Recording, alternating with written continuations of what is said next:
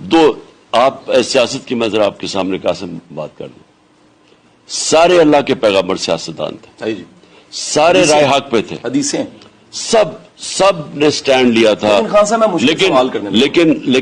لیکن یہ نواز شریف اور زرداری بھی سیاستدان ہیں.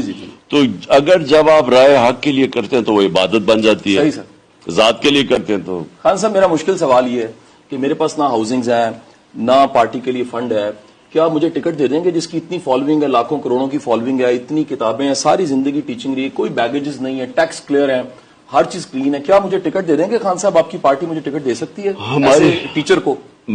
ہماری پارٹی یا میری پارٹی آج سے 26 سال سے لوگ ڈھونڈ رہے ہیں کہ جن لوگوں کو پالیٹکس میں آنا چاہیے, جو کیریکٹر کے صاف ہیں, جن کی ملک کے لیے محب وطن پاکستانی ہے. لیکن مجھے افسوس سے کہنا پڑتا ہے کہ زیادہ تر میں نے اپنے 26 سال میں دیکھا ہے کہ وہ لوگ ہمارے جو ایماندار, جو دیانتدار جو لوگ ہیں, وہ بزدل بہت ہیں, وہ ڈرتے ہیں. جی میں ذلیل ہو جاؤں گا, کوئی کہتا ہے جی مجھے یہ کر دے گا. میں نے بڑی کوشش کی ہے لوگوں کو. اگر یہ میرا جھاکا کھلا ہو تو مجھے ٹکٹ مل جائے گی؟ ہاں آپ کو مل جائے گی. آپ وعدہ کریں خان صاحب؟ آپ کو بالکل ملے گی. کس حلقے سے ملے گی خان صاحب؟ وہ تو آپ نے بتانا نا, نہیں پہلے آپ نے بتانا ہے کہ کس حلقے کے اندر آپ کی کوئی جان پہچان جڑے. جہاں میرے 40 سال گزرے وہ گلشن راوی ہے, اور میں ووٹ ڈالتا ہوں یہاں اسلم اقبال کو, اور میرے ساتھ کا بالکل قریبی حلقہ جو ہے وہاں میں نہیں جانتا کون ہے, لیکن آپ مجھے ٹکٹ دے دیں گے ایم این اے, ایم پی اے؟ میں ابھی چیک کرتا ہوں نا کہ وہاں آپ کا کوئی ہے, ہمارے پاس ہے کوئی یا نہیں ہے.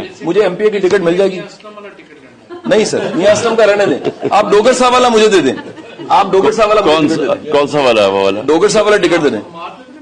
نہیں سر نہیں.